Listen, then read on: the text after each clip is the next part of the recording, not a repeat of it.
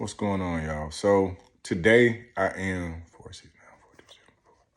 That's crazy. So today I'm going to read the first chapter of my first book that I wrote when I was like 19, 20 years old. I just pulled out an old card. This was my business card. It's got my old phone number on it. That's crazy. That's crazy. I open books. That's crazy. But this is my book. It's called Shawty. The cover is gone, but I'm going to find a picture of it and put it on the beginning of the video. The title of this book is Shawty. Quick story. Of course, I was in jail. And I kept trying to steal stuff from people. So I eventually found myself in the hole. And then they gave me LOAP. LOAP is loss of all privileges. So I couldn't get on the phone. I couldn't go to visitation. And they locked me in a cell 23 hours a day. No, it's 24-hour lockdown. You might come out on maybe twice a week to take a shower. So I had a lot of alone time. So within that alone time, I just started writing. And at the time, I was deep into the Bible. So what I would do is, in the morning, I would read 10 pages of the Bible before I did anything. And then before I went to bed, I would read 10 pages of the Bible. And it's probably was the closest I ever was. I got to God to one degree or another. But anyway, the title of this book is Shawty, man. It's you're gonna catch a lot of similarities. Some of the characters in the book are every character in the book is in some kind of way associated with characters from the Bible. Like I got Joseph. He's got a girlfriend. Her name is Mary Jane. But they never have sex, but she ends up getting pregnant, man. So everything that is in this book is some kind of way associated with the Bible. But it's got curse words in it. It's a street novel. And at the age of 19, 20, man, I just had a very vivid imagination of, what freedom felt like at one point in time. And I became free through writing, man. So we're going to start off.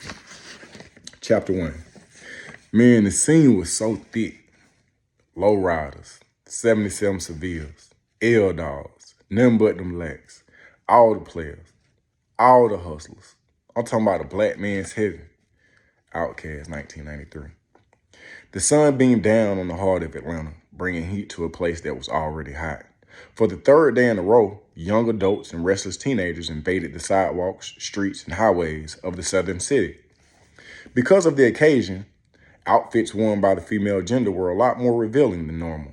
Attitudes were a little more carefree, and objectives got milked down with tendencies that shook hands with seduction. What started out as a small, controllable get-together for the hardworking college students had before the city's eyes transformed into an all-out street party that quickly forgot its boundaries. Traffic in many places stayed backed up for miles. Crowd pleasers and well-fed red bones could be found posted up in the middle of any given four-way, gyrating their hips and assuming the position for photographs with men they didn't know. Dope boys, players, brothers, pimps, student, hustlers, and niggas showed up for two sole purposes: to see and to be seen. As out-of-towners were being introduced to the dirty South, the locals, some of them known as Shawties, paraded around bearing the confidence of co-captains who had home field advantage. Robbing crews were ever present. Stern column breakers window shopped. New school pimps had their stable working overtime, patty caking with the blistering heat, while old school pimps played the AC role at the strip clubs. Babysitters and baby mamas had their hands full with poochie in them. Because there was no way anybody was going to consciously miss this future-forming event. Welcome to Freaknik.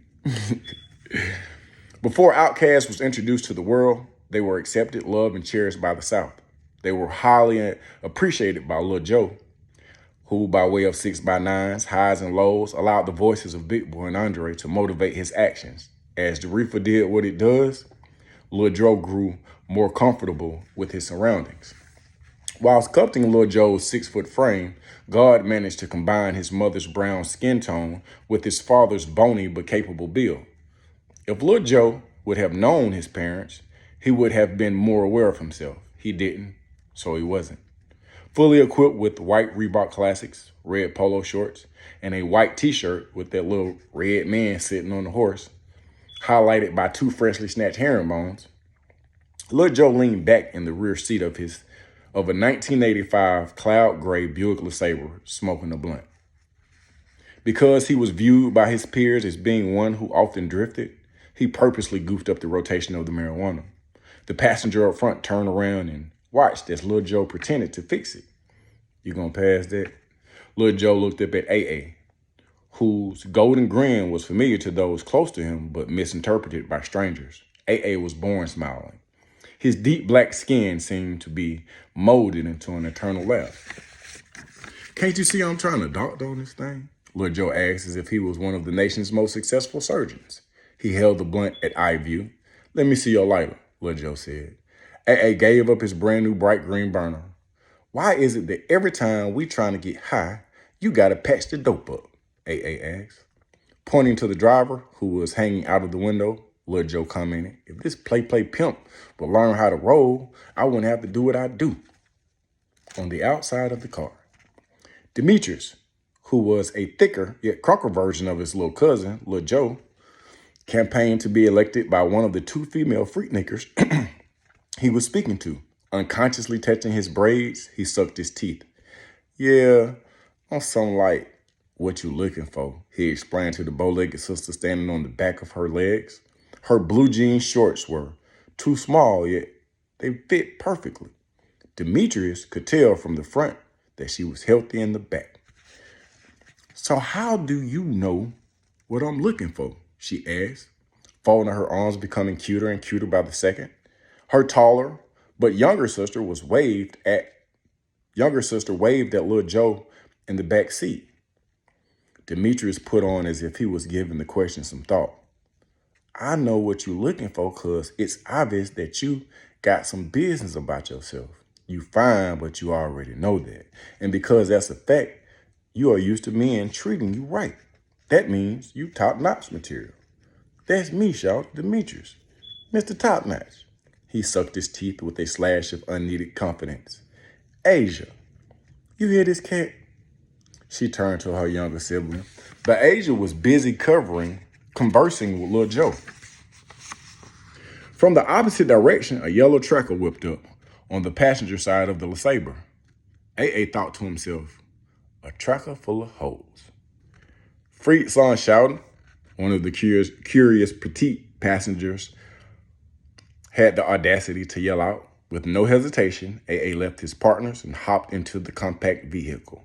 When Demetrius looked back, AA was riding off in the tracker. He smiled and threw 2 fingers in the air. So what's happening, Alicia? He asked, reading the inviting tattoo on her upper left thigh. Hesitating, like she needed more encouragement, she paused.